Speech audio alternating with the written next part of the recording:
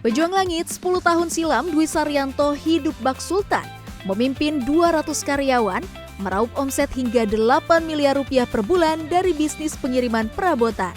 Namun roda takdir berputar. Kini usahanya tergerus zaman dan yang tersisa hanyalah tumpukan hutang ratusan juta rupiah. Tapi bukan itu yang paling menyesakan. Di balik kejatuhannya ada yang tak kasat mata, gelisah tanpa sebab dan langkah yang selalu terasa berat. Seakan ada sesuatu yang goib ikut menjerat. Nah, yang menarik nih, yang saya mau konfirmasi ke Pak Dwi. Katanya tuh dulu karena banyak orang yang nggak suka sama kesuksesan Bapak. Pernah sempat dikirimin apa tuh, saya kurang jelas tuh. Ya, sebagian ada barang goib, barang yang nyata itu ada ya. Dikirimi tanah kuburan karena mungkin iri atau ya, kalah saing atau gimana ya. Dampaknya, kondisi keluarganya jatuh sampai ke titik terendah. Banyak orang yang menyarankan agar Dwi balas dendam dengan cara yang sama.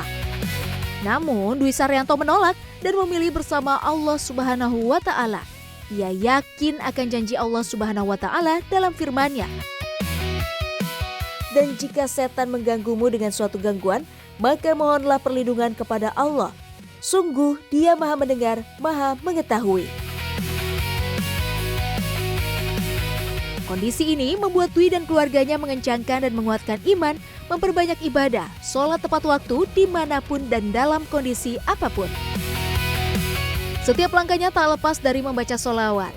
Muhammad sallallahu alaihi wasallam.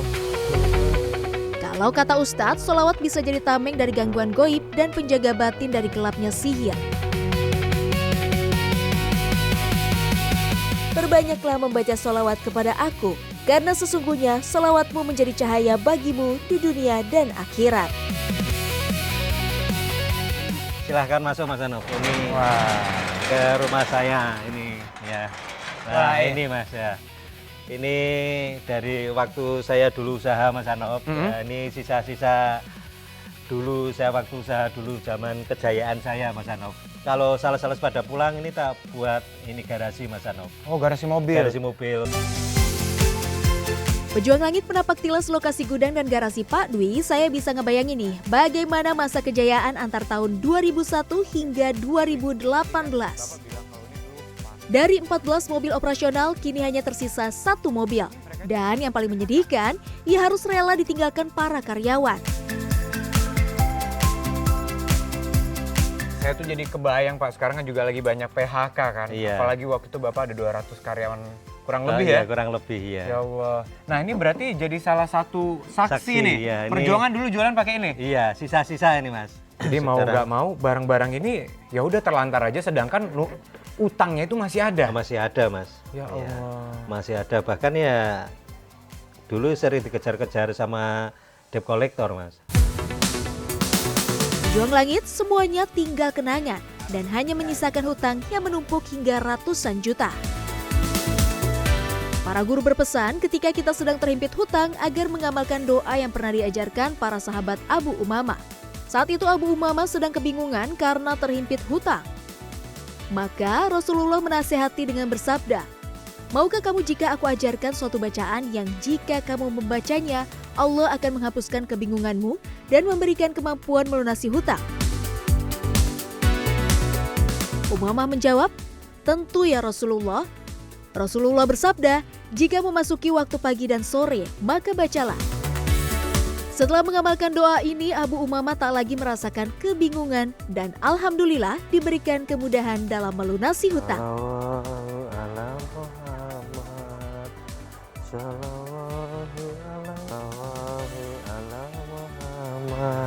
Mas Anok, ya ini mampir ke ini usaha saya pemancingan ini Mas. Masya Allah. Nah ini istri saya Mas Anok, halo, kalau ya. perkenalkan ini. Salam kenal, Anok. Iya. Oh, iya. Ibu siapa? Ibu Yani. Dari seorang hartawan di desanya, kini Dwi Saryanto menjadi seorang petani, membuka usaha pemancingan dan perkebunan. Dan yang bikin saya kagum, semua anaknya ikut membantu usahanya loh, Masya Allah.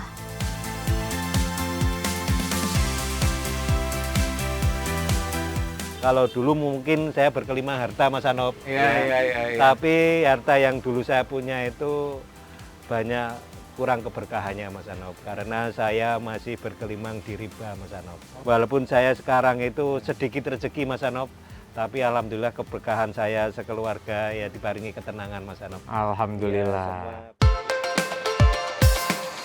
Para pejuang langit untuk menguatkan fondasi amalannya, Dwi juga mengamalkan doa yang populer dengan sebutan doa 1000 dinar.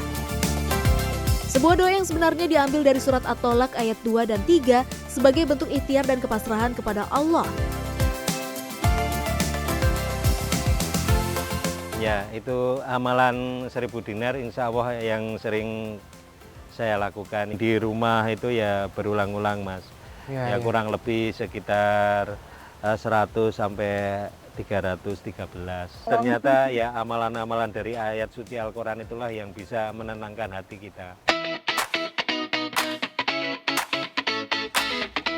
Pejuang langit, penggalan ayat surat At-Tolak ayat 2 dan 3 ini memang memiliki makna yang luar biasa. Karena berisi tentang janji Allah bagi orang yang bertawakal. Karena dengan tawakal, Allah Subhanahu wa Ta'ala menjanjikan jalan keluar dari pintu dan arah yang tidak disangka-sangka.